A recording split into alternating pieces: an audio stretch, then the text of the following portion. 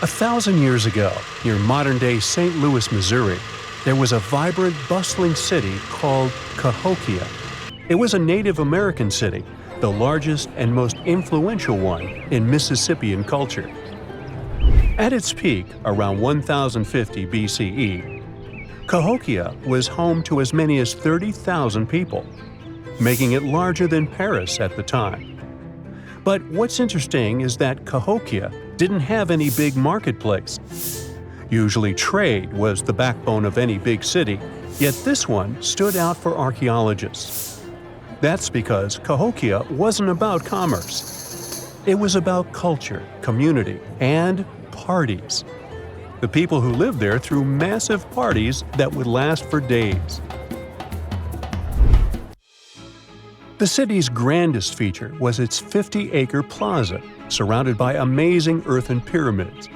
This massive space could hold over 10,000 people. Imagine them all gathering there for festivities, dancing, drinking coffees and teas, feasting on deer, and betting on sports. The events were super lively. Cahokians would wear awesome costumes, style their hair in interesting ways, and decorate their bodies with tattoos. Athletes were playing a game called chunky, where they hurled spears at a rolling stone disc, competing to get as close as possible. The roar of the crowd filled the air, and performers showed off their skills. These celebrations were so wild, they left traces in history. After the parties ended, Cahokians cleaned up by tossing leftovers into pits. Archaeologists have uncovered these waste pits, and they were filled with food remains and pottery. One pit alone contained the remains of 2,000 deer, and that's from a single event. They also found traces of yaupon holly, a caffeinated plant that was traded from hundreds of miles away. This just shows how much effort and thought Cahokians put in their celebrations. Would you like to live in a city like this? But aside from all the fun and games, Cahokia was also deeply complex and spiritual. The city was built on a landscape that mixed dry land with swampy patches. Many people believed that this symbolized the connection between the world of the living and the dead. The people of Cahokia saw their city as a bridge between these two realms. They built earthen mounds, both for ceremonies and rituals, and as construction support. These mounds rose from the swampy areas. Meanwhile, people settled in the drier spots. Elevated pathways connected these neighborhoods, creating a physical link between life and death. Isn't it sad that some ancient metropolises that rival modern cities in scale just disappeared? Cahokia's story came to a quiet end around 1350 CE, when the city was abandoned, all due to changes in environments and weather, floods, and other problems.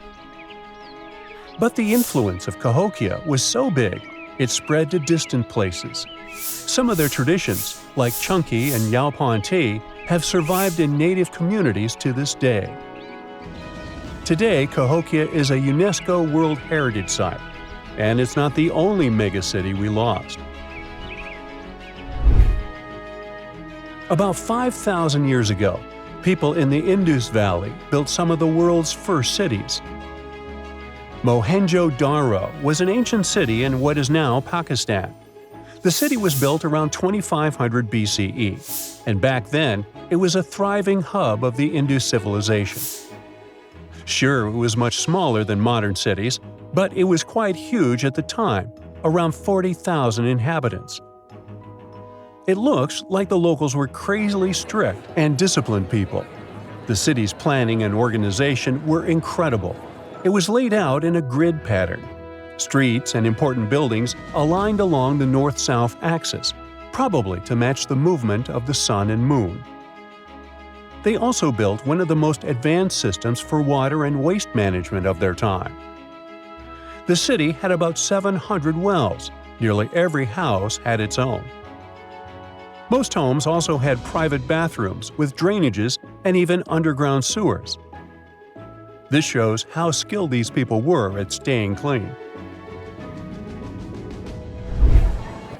And with all this discipline, it looks like there were no kings, queens, or even a central government. They could still have some authority, like local elites or elected officials, just not a classic strict monarchy or religion. Instead, people there cared about simplicity and order. They basically managed themselves, having standardized ways of doing things, from the way tools and potteries were made to how they traded. Which is why, unlike many other cities, Mohenjo Daro didn't have grand palaces, temples, or monuments. Instead, they had public areas known as citadels. People gathered at citadels for rituals, meetings, and storage of grain. And it seems like this way of life worked perfectly. Scientists found some seals and weights, which means the economy was well regulated. Archaeologists found some intricate artifacts like ivory, lapis lazuli, carnelian beads, and gold jewelry. Another famous find is the small bronze statue known as the Dancing Girl, which was discovered in 1926. Mohenjo Daro wasn't poor at all. And they also pulled off some awesome buildings. Staying clean was clearly way more important to them than displays of wealth or power. So they created the Great Bath, one of the most famous structures in the city. It's a large, watertight pool built with baked bricks, perched on a mound of earth, being almost a religious place, the closest thing they had to a temple. Meanwhile, the city itself was built on a series of mounds. They grew taller over the centuries as people added new houses and structures. Why did the city fail? No one really knows. There's something mysterious about the sculptures archaeologists found. Many of them seemed intentionally broken.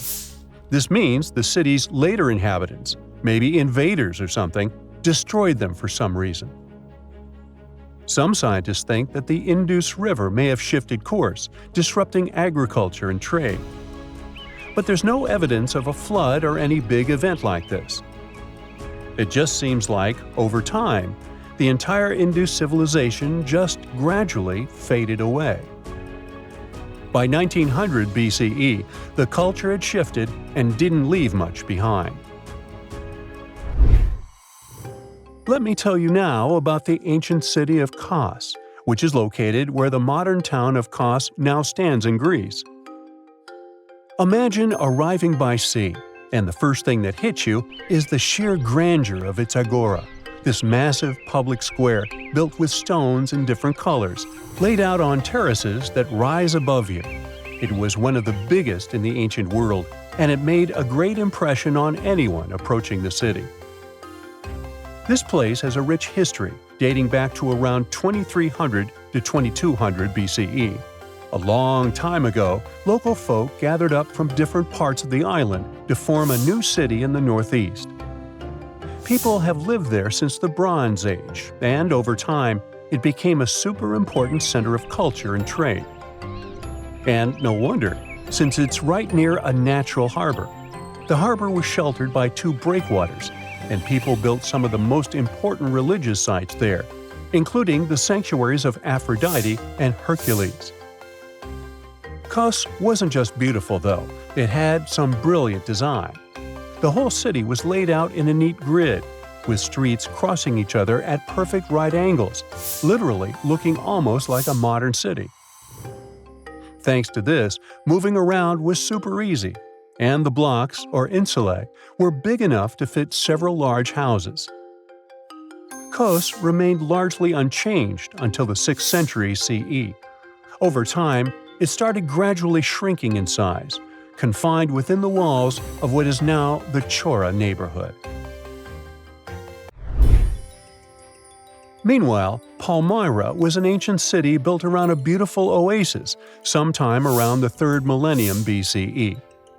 Originally known as Tadmor, this city flourished as a major stop on the Silk Road, linking the Near East with Asia. It was a thriving center of trade and culture. They had a marketplace, assembly buildings, grand gates. In other words, This place was bustling with life. The city has been through many hands throughout its history, from the Byzantine to Arab caliphates, which is probably why it had some awesome architecture. An interesting blend of Greco-Roman, Persian, and Arabic vibes. The Temple of Bel, the Great Colonnade, and a Roman-style theater. But, like all the others, it decayed over time. Palmyra's importance faded, and by the early 1400s, it had been largely destroyed. But at least its ruins remained.